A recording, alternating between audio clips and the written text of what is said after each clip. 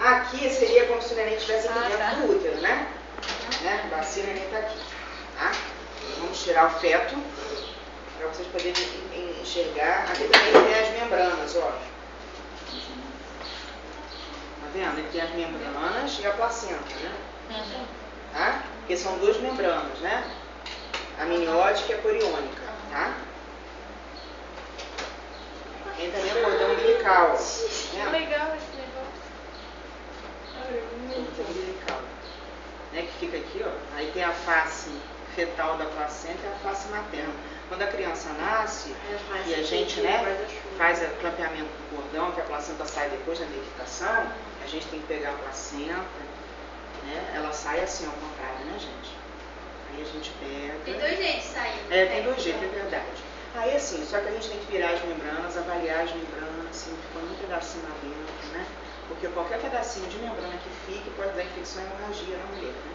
Aí observa a face materna da placenta com seus cotilédones, né? Que são aqui 15 a 30, né? Cotilédones, aqui 3 pedaços, né?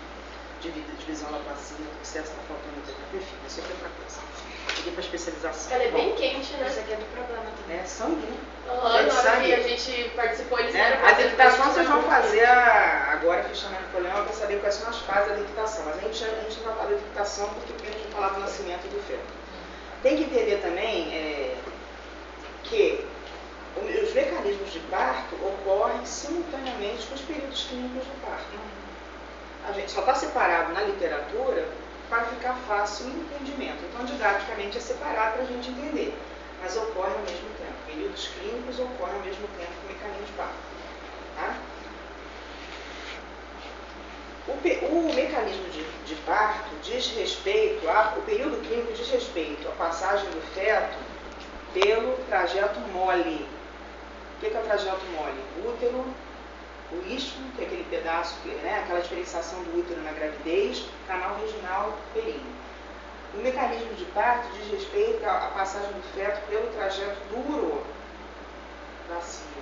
Então, quando a gente fala mecanismo de parto, é a relação do feto com a bacia aqui, ó. Como é que ele vai passar por essa bacia, por essa pelve materna, tá?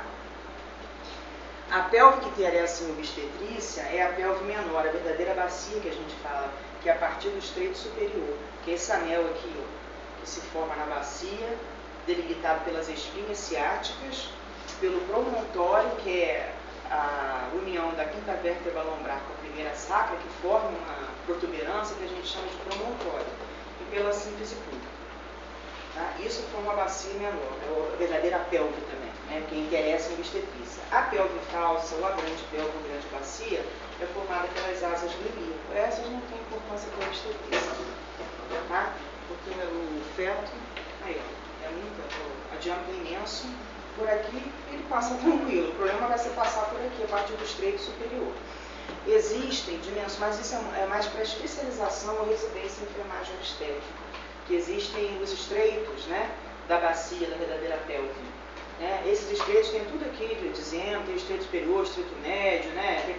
Enfim, aí é mais específico. A gente não está pedindo isso na graduação, a gente só quer que vocês entendam como é que esse feto vai passar por essa bacia para nascer, para ter a expulsão, que é o terceiro período clínico do trabalho de parto. Né? Porque à medida que, vamos assim, o primeiro período clínico do parto, que é a dilatação. Terceira dictação. Obrigada.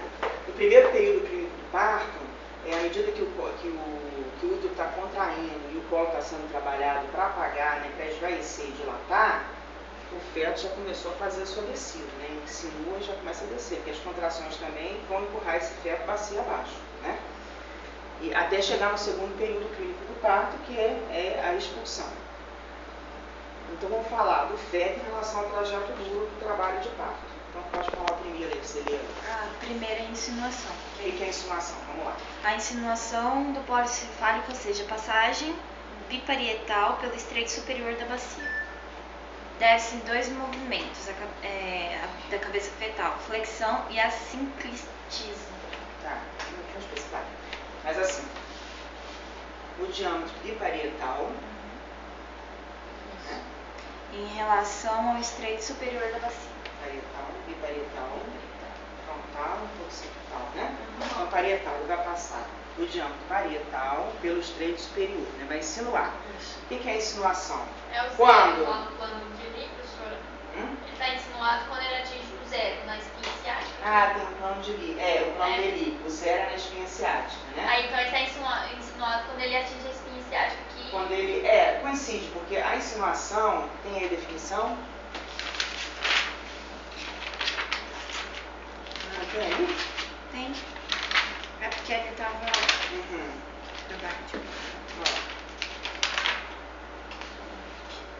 Ué? Eu passei? Isso passou. Só para entender. Insinuação em sentido amplo que se aplica a apresentações cefálicas e pélvicas é a passagem pelo estreito superior da bacia do maior diâmetro da apresentação, perpendicular às linhas de orientação fetal. Só para dizer o seguinte, a insinuação é a passagem do maior eixo da apresentação, maior diâmetro da apresentação, né, pelo estreito superior. Tá? Então, a insinuação é isso, é quando consegue passar. Vai coincidir que quando ele conseguir passar, ele vai atingir a espinha ciática. Vai estar na altura da espinha ciática. Tá?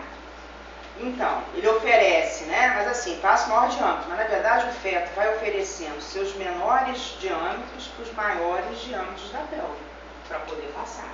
Vai fazendo movimentos de assinclitismo.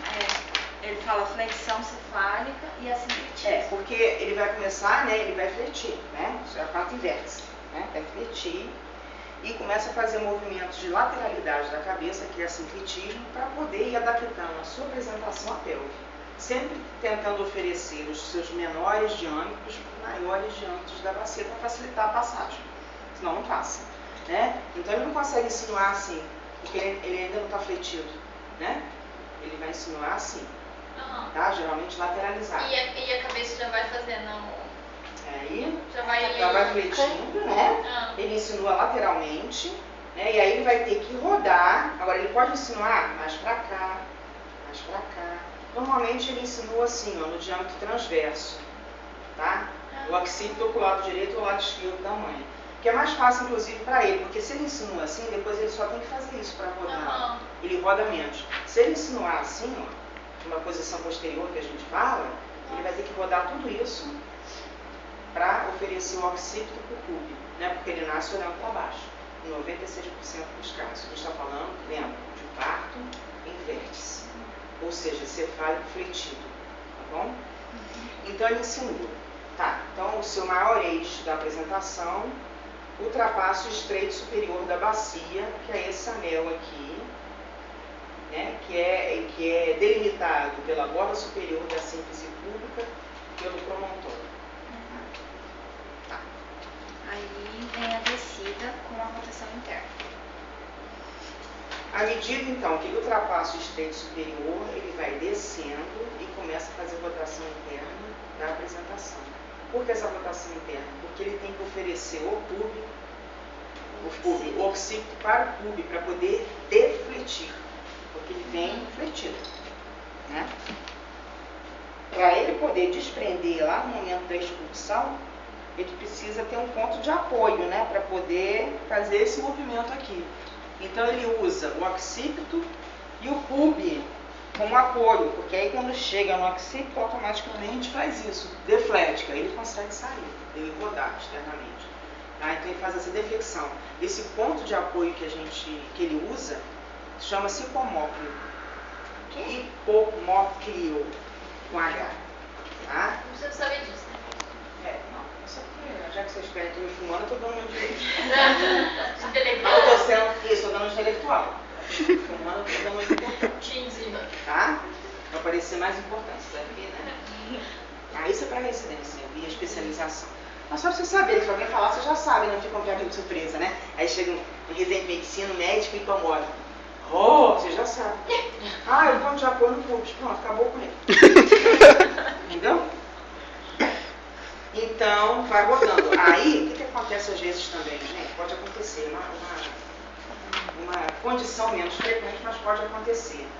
Quando ele insinua, né, com essa posição mais posterior, voltada para o saco, ao invés de insinuar transversalmente, insinua mais para cá, o que é mais fácil para ele? Fazer tudo isso que está aqui ou fazer assim? Fazer assim. Mas e? Ele nasce olhando pra cima. Aí você leva um susto, né? Que ele nasce te olhando. Aham. Só que assim, qual é o problema de fazer assim? É que às vezes o parto fica mais traumático para ele, mais demorado, nascer olhando para cima. Porque ele perde esse ponto de apoio, né? Então demora mais, né? O apoio vai ser outro. Pessoa? A gente está falando do parto que ele vai nascer olhando para baixo, que é o mais comum que tem e o mais, assim, mais fácil para ele. Menos demorado. Tá? Então tá. Então ensinou, né? Então, aí, lembra quando a gente fala, ele está numa posição direita? É porque a gente não deu para vocês variedade de posição. Porque variedade de posição, que é isso, pode ser uma direita posterior, uma direita, aliás, uma esquerda posterior, uma esquerda transversa, uma esquerda anterior. A gente só fala da posição direita e esquerda. Porque essa variedade de posição é para especialização. Tá? Então, mas aí quando a gente faz a palpação obstétrica, mais para o final da gravidez, que a gente vê a posição dele à direita, né, ou à esquerda, posição esquerda. Então significa, né, que se ele insinuar, ele vai estar na posição esquerda. Então, por que é importante saber a posição dele? Porque quando ele sair, vocês vão entender, quando ele sair, onde é que ele vai rodar. Tá? Então tá, desceu, insinuou, ao mesmo tempo agora na segunda fase, ele está descendo e fazendo a rotação. Tá? Aqui, descida, rotação interna. Aí ele vem desprendimento cefálico. Ah, então deixa eu falar antes. Rotação externa. Ao mesmo tempo que ele insinua, desce e roda, né? Quando a apresentação já desceu e rodou, quem está insinuando depois é a espádua, né? São os ombros, né? Então... Quando ele desprende, a espádua já... assim, né? Tem que passar o resto, né? Tá. Aí o que acontece depois? Aí vem rotação externa, desprendimento cefálico e rotação externa. Então, ele insinuou. Desceu e rodou. Descida da apresentação e rotação interna. Interna que está dentro do útero ainda, né? Dentro da bacia. Da apresentação. Agora vai continuar a contração, é isso? E aí ele vai desprender. Então ele vai usar um ponto de apoio ou hipomóvel ou cúbio para fazer a deflexão. Agora vai ser o pescoço. Quando eu faço isso, o pescoço, a cabeça sai com o fio. Assim. Deflete. Tá?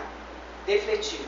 Ele vai fazer agora a rotação externa da cabeça e a rotação interna de quem? Das espáduas. Das espáduas, dos ombros, tá? Ele vai rodar para que lado? Pro lado que ele estava apresentado. Pro lado que ele estava na posição quando a gente fez a palpação obstétrica. Se ele estava do lado na posição esquerda, ele vai rodar, vai botar o dorso de novo pro lado esquerdo da mão. Então, por que é importante saber isso? Porque às vezes a pessoa quer se meter muito no parto e quer ajudar. Aí quando tá, segura aqui, quando tá nascendo, né? Aqui, ó, insinuou. Aí a pessoa quer ajudar, em vez de só olhar, que parto normal a gente só olha, a coisa acontece. Não precisa ficar em cima. A coisa acontece. Agora, às vezes a pessoa quer, entendeu? Vou dar apoio aqui. Aí você tem que saber para que lado você vai ajudar a criança a rodar. Né? Se ela estava na posição esquerda da mãe, você não vai rodar ela para o direito, senão você quer o pescoço da criança. Nossa. Você tem que saber para que lado ela estava. Porque você vai ter que rodar, ou ajudar a rodar, ou apoiar. Porque esse movimento ela faz sozinha. Se ela chegou até aqui, essa criança, esse feto, ele vai fazer sozinho. Tá? É difícil. Tá? Já foi. Então, ele vai fazer a rotação. Você estava para o lado esquerdo, posição esquerda. Esquerda da mulher, né? Faz a rotação externa da cabeça e interna das espáduas. Aí desprende. Vai apoiar o ombro anterior, mas na verdade aqui no pubis, só para poder desprender o posterior, tá? Porque na verdade o primeiro a ser, o que ele apoia primeiro é o anterior no pubis. Mas o que vai desprender primeiro é o ombro posterior. Cadê? Aqui tá difícil, não é difícil assim não. Ombro posterior. É difícil assim, sim, não sei. Não, posterior, aí depois ele desprende o anterior. Aí essa cabeça já soltou. Né? A cabeça já soltou, já nasce, a gente já pega. Se ele resto estiver bem, é isso, a gente já deixa lá no colo da mãe. Tá? Teoricamente. Teoricamente. Normal, né? Teoricamente. Mas ele nem normal, né? Tá? Então é isso. Aí as etapas do mecanismo de parto. Sexo indefinido. Não sei. Tem nada aqui. Pô, só pra gente falar daqui, cara.